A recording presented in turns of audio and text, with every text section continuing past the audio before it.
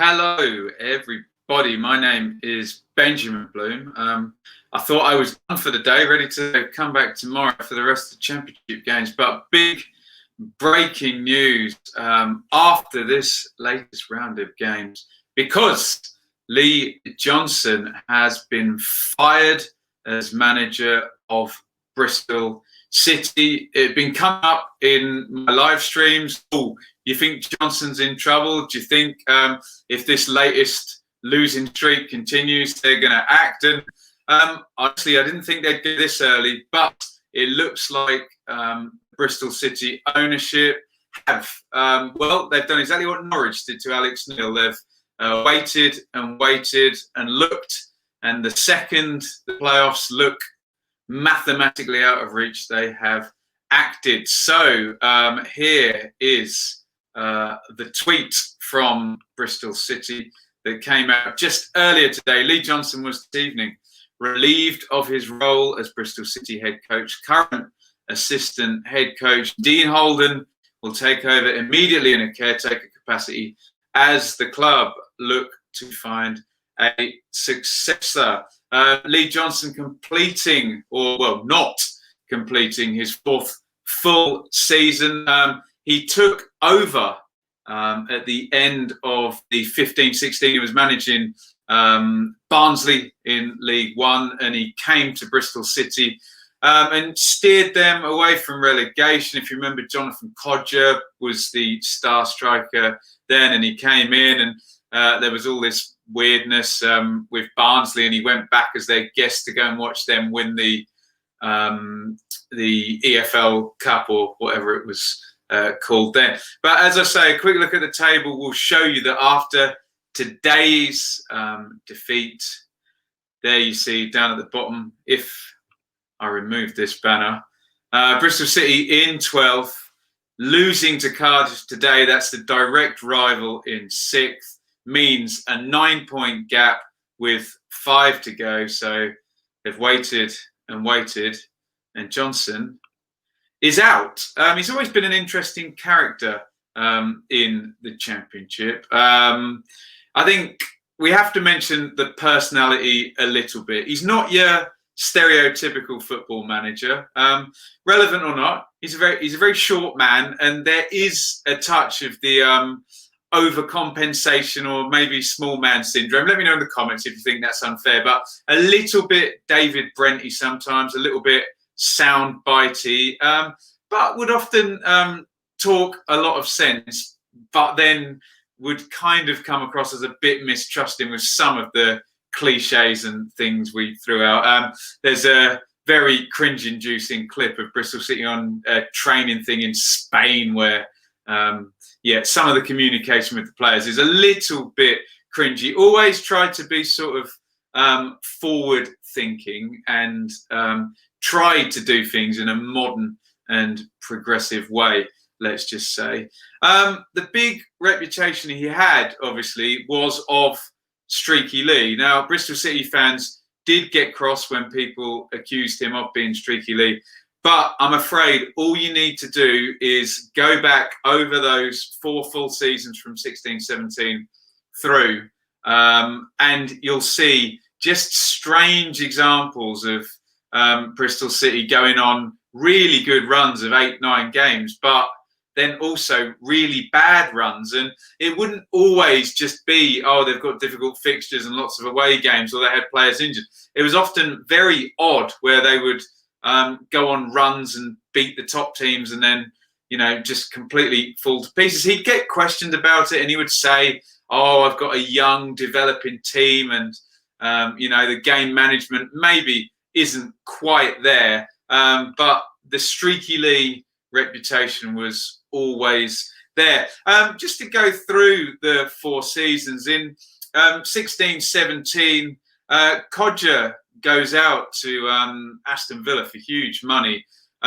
This is the one thing through Lee Johnson's tenure that was always very good. I don't know exactly how much he had to do with it or whether it was the club's recruitment. Bristol City's recruitment's been excellent over Johnson's tenure. Only the people inside will know who's responsible, but they were always able, very similar to Brentford actually, always able to bring in, to sell and then bring in players and keep every season, I'll go through them, selling players for top dollar. And then gradually, this season particularly, were able to, spend decent money on Thomas Callas and Hanno Masenga. I'm probably missing a few out, but they have spent since they've been in the Championship. Bristol City, definitely upwardly mobile, ambitious club. So in that first season, Abraham comes in on loan to replace Kodji. We've always thought Abraham's a bit of a cheat code in the Championship. Brilliant. He scored a ton of goals, but Bristol City still were down in the lower reaches of the table. They ended up finishing 17th. Remember them coming to play my team, Ipswich, that season. And I remember some players looking out of position. And there were good players there like Luke Freeman and Lee Tomlin. It was skillful players, but Johnson didn't seem to kind of manage to gel with that type of player. And both of those players have gone out, and Tomlin has punished Johnson today, and Freeman's obviously gone on to do very well at QPR and is now in the Premier League with Sheffield United. So that season, maybe Tammy Abraham helped quite a lot there, but on they go to the next season, and he's backed again by Steve Lansdowne. And all this time, the stadium is being built up, and they're really, really pushing Bristol City and staying the right side of FFP with good sales. Backed again, Famara Jeju comes in to play up top, and Nathan Baker, and he does a rather fine job of converting Bobby Reid into a forward. And again, I remember them coming to Portman Road at the start of that season, looking good and getting a win, and up the table they go, and it's streakily one way, streakily the other. I think they were badly distracted by a cup run, but I think Lee Johnson himself he seemed very keen to do every piece of media possible. They beat Manchester United and then had a good go at Manchester City in those games. I think that distracted that season. They end up finishing 11th. But again, the recruitment is good. They have to sell again at the start of 18-19. Reid goes, where did he go? Fulham. So did Brian, and Aidan Flint goes off to, that would have been Borough, wouldn't it? He's at Cardiff now. So they sold every season, but retooled Adam Webster and Callas in on loan as well. 8th place that last season. And again, I remember seeing them towards the end of the season. I remember seeing them winning at Millwall, and had that win that thought had derailed Sheffield United's promotion push there. Both of those games ending sort of 3-2. And just that kind of reputation as possibly being a little bit flaky with some good players, but not necessarily a solid team. And again, streaks. I remember, and it's an Ipswich story again, but the Bristol City coming to Portman Road right on the back of one of those long losing streaks and going behind twice to Ipswich, and a horrible second half performance ridden with mistakes. And basically Nicholas Eliasson saved Johnson there. Big rumours that he was on his last legs there as manager, and they did come back and managed to make a chase for the playoffs, just ending in 8th there. I remember it was a 3-way shoot between them and Borough and Derby, and they lost a very important game. Swansea were there as well, actually. Lost a very important game at home to Derby towards the end of that season.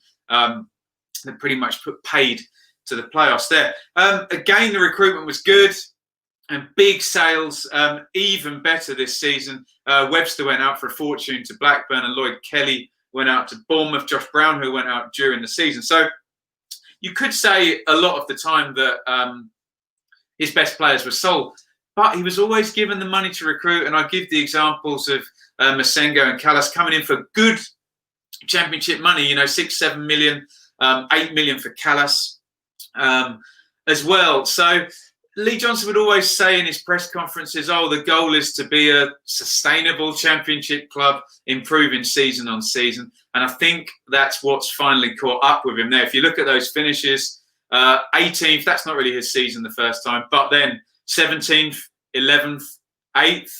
Sustainable in the transfer market, good in the transfer market. Attendance is growing, the stadium looking good and everything around it.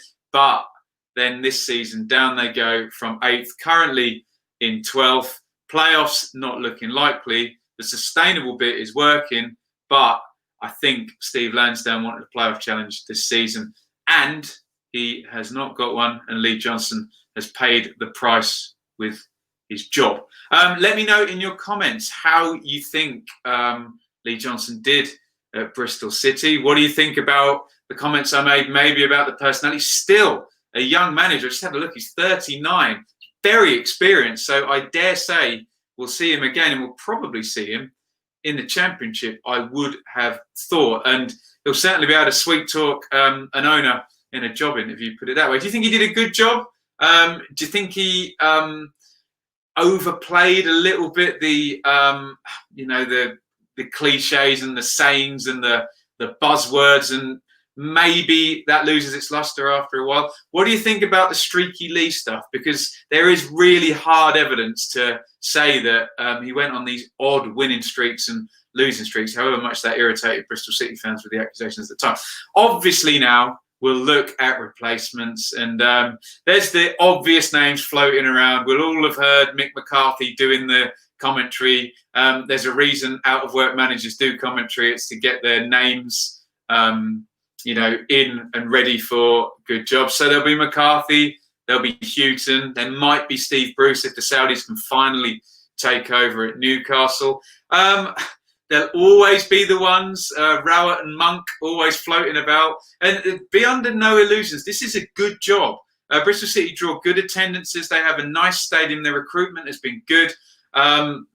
They're willing to spend and able to spend and stay within FFP. Never been any danger there. You're going to have to sell. But unlike some Championship clubs, you know that Steve Lansdown will give you the money that has been raised. If you can raise the money by developing good players, he'll give you the money to spend. It is a good job, and it's the sort of job that, other than a parachute funded team, and sometimes they're not always the best because you have to go and retool and redo often quite badly burnt squads with players on gigantic Premier League wages. This is a good job. I'm sure, like I said, Mr. McCarthy will be in there. Or will Lansdown want to go for a manager in League One, a young manager, or, as we've seen Philip Koku go against Sabri Lamouche, we've seen Graham Potter come in from Sweden, and Daniel Farker, David Wagner. Will we see a European manager? So get your thoughts in on Lee Johnson. He has lost his job today, Bristol City manager. How do you think he did? What type of a manager was he? Can you explain the streaky Lee thing? And who would you think would be a good replacement? Where will Bristol City go? Do they want a seasoned Championship name, maybe already with a promotion? Birmingham mentioned that, didn't they? And then Aitor Karanka and Slavisa Jokanovic were thrown in there. Or will they go European, or maybe young and hungry? Let me know what you think in the comments. Hopefully I've got all the factual stuff. I just quickly tried to bang this together because it was a bit of a surprise, to be honest, that they would have acted today. That's normally a Monday morning job, isn't it, for the Saxons? But he's probably not even made it home from the stadium today, Lee Johnson. Get your thoughts in the comments. As it says down the bottom, if you like what I do here, show your support for the channel. You can donate money via Super Chat, or you can subscribe to support my football work on Patreon, patreon.com/Benjamin Bloom. We are specialising in the Championship, and I dare say if you're a Bristol City fan, you're going to be here for at least another season, so well worth getting involved, and hopefully you'll enjoy my content. If you don't want to do any of those things, please hit subscribe on YouTube and ring the bell to be a super subscriber and see and be notified about all my videos. And you can also follow on Twitter and Instagram. But most importantly, hit the thumbs up button and get your comments in on the firing of Lee Johnson, fired after pretty much 4 full seasons, a long tenure at Bristol City today. Over and out.